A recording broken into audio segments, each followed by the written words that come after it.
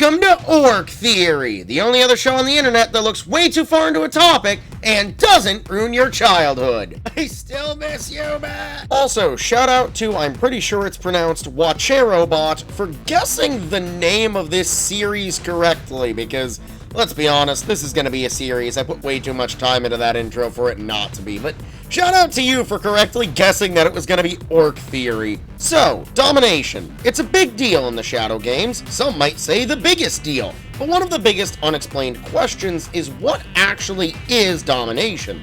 I know most would say straight up mind control, but that doesn't answer every question. So what exactly is going on? What the games do pretty explicitly tell us is that the orcs are definitely being influenced to some degree, and in Shadow of Mordor, it seems like this control is absolute, as they can't even betray Talion. Shadow of Mordor almost plainly tells us that the orcs simply cannot fight back against Celebrimbor's influence, that their minds are so weak that they are merely pawns. But there are two problems with this. One, the orcs retain full autonomy, acting on their own emotions and commands. They must also earn the respect of other orcs, which is a point I'll come back to later. And number two, Shadow of War throws a bolt in the cogs of this idea, as orcs are shown to be completely independent of Talion and Celebrimbor, being able to not only betray the Bright Lord, but also start rebellions. They also retain memories of their blood brothers and of serving Sauron. This goes as far as Bruce being a traitor just out of jealousy and spite. So clearly the orcs aren't under normal mind control. We even see the orcs in Blade of Galadriel acting almost like they aren't controlled at all, like in the case of a Koth Deadslayer. He seems almost free, serving Talion out of loyalty rather than slavery, so clearly the orcs aren't just mindless soldiers after being dominated. It also raises the question of how orcs in Talion's side aren't just immediately attacked on sight by Sauron's orcs in Shadow of Mordor. The obvious answer to the big question of how domination works is mind control that simply makes the orc think they're loyal to Talion. But I think a more interesting answer could be that the orcs are being influenced by ideas they actually like. For instance, a marauder could be told that he can earn more wealth and glory by fighting for the Bright Lord than Sauron. Using an orc's natural disposition makes sense, even more when you consider Iron Will. Rather than the orc just fighting you out of his head, maybe it's more that his loyalty to Sauron is stronger than his own personal wants. This also makes shaming have more of a meaning than what it seems on the surface. On face value, shaming seems kinda weird, like all you're doing is burning a handprint into the orc's face while they scream. But obviously, it's more than that since they can go nuts from it. Most of you likely already know this and believe it's mental pain on top of physical, and that seems about right. But I think it's darker than that. Maybe the reason shaming hurts the orcs so much is because you're exploiting their fears and doubts about themselves, making them consider the idea that they're just bad at everything they aspire to do, even if it's as simple as being good at killing humans. This would make sense. The mental pain of being told how much of a failure they are can make them go crazy from the trauma. It actually makes sense with some of the shaming voice lines and the fact that some orcs actually have dialogue changes if shamed enough, lamenting what you did to them and cursing you from losing their standing. I scorn you! You are beneath the terror! You disgust me! You do not deserve my blade! All Mordor will know your failure! Pathetic creature! Unworthy coward! Weak-willed coward! Incompetent wretch! You are unworthy! You have no strength! No power! Go away from me! You are a pathetic foe! I only kill true warriors! You are no warrior! You are powerless! You are a coward! You're too weak to call yourself an orc! You're nothing! Unworthy! You're a waste of my time! Pathetic! You disgust me! Unworthy orc! I only kill true warriors! You don't deserve death! Incompetent wretch! Cowardly orc! You don't deserve my breath! All Mordor will know your failure! So if orcs are serving you because you've convinced them that they can earn more reputation, wealth, or simply a bloodbath by being with you, and shaming is literally you psychologically hurting them, then what about in-game levels? Orc levels do actually matter in universe, considering they appear linked to an orc's reputation and skill.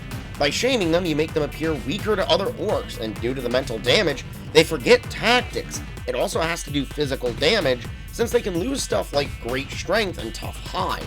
The next question is, why do Sauron's orcs not immediately attack Talions in Shadow of Mordor? To explain what I mean, in Shadow of Mordor you can find allied orcs just hanging around enemy encampments and outposts just vibing, maybe watching some VTubers or something.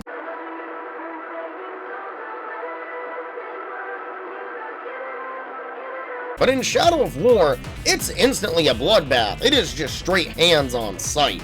This has led me down this path of thought. The orcs usually follow the Decepticon code of rule through power, peace through tyranny. A few tribes likely wouldn't follow this code, like the Darker Machine, but most of them most absolutely do. Perhaps the orcs in Udun and Nirn don't attack our orcs because to them, they aren't traitors. This comes back to fighting for respect, which I talked about at the start. The orcs in Nirn, and especially Udun, are very, very far removed from most of Mordor. They're on the fringe, and it's especially dangerous out that way. So the orcs don't follow a normal power structure. While the reason there are no overlords in Shadow of Mordor is purely a gameplay decision, we have to take it as a lore one as well. And while there are no war chiefs, it isn't the same as the ones we see in Shadow of War. The war chiefs in Shadow of Mordor were originally appointed by the Hammer and the Tower, and are simply leading whatever orcs they can get to follow them. These aren't the decently put together battalions and stratagems we see the orcs use in Shadow of War. These are at best somewhat fortified positions defended by infantry like the outposts we see in the second game. The orcs on the fringe are fighting for control through power. Out there the tribal structure has somewhat broken down, and while there are some resemblance to the tribes we see further east, it's only visual at most. The only thing holding any group of orcs together is the camaraderie of battle, and the only ones capable of commanding them are the strongest orcs.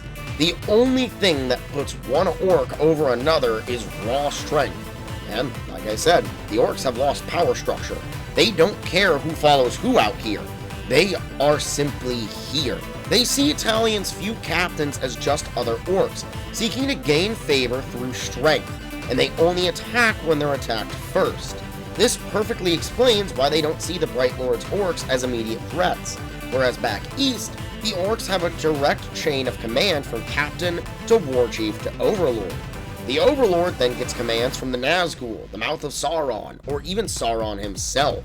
The orcs in the east are also likely going to be more loyal to Sauron, as they aren't fighting tooth and nail for survival every day. And it explains why they don't betray Talion in Shadow of Mordor. The only thing they have to gain from it, on the fringes, is possible respect from the Black Captains. But at that point in time, Talion wasn't seen as that much of a threat. By the time Talion is in the east of Mordor, there's far more glory to be earned in the eyes of the Nazgul and Sauron himself. Looping back to Domination as a whole, I think there's still things about it that can't be fully explained, like how exactly it manipulates the orcs' minds, and why some seem so much more enthralled than others. On a side note, one thing I do really like about Blade of Galadriel is that the orcs actually have a lot more autonomy.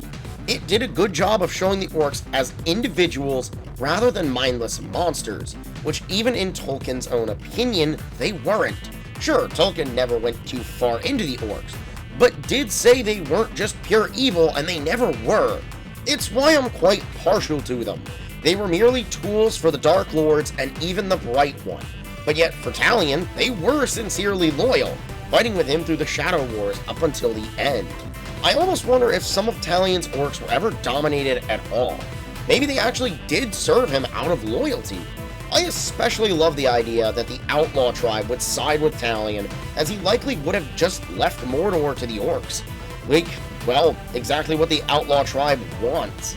Talion is continually shown to be kinder to his followers than Celebrimbor, so it's no wonder that they would just outright serve him because they like him. But that's just a theory. An orc theory! And I'd very much like to hear from you guys what your thoughts on this topic is. I think the ideas I presented here explain most things, but I'd like to know if you have different or even better interpretations of it. Because, you know, I'm not an all-knowing person on this, and you guys have given me really good ideas in the past, so I'd like to hear what you have to say. I think that I outlined most of what the important things are, and I especially think I fully believe what I've said about Udun and the way that they fight on the fringe. But I'd still like to hear what you have to say. But as always, before this video is over, I now have a Fortnite supporter creator code, so if you play Fortnite and are grabbing anything in the item shop, consider using code WreckingBallBlue to support me. But that does bring us to the end of this video, so if you did enjoy, consider hitting the like button down below because it tells me that you like the video, and if you like what I do, consider subscribing for more. And with that, I will see you all next time!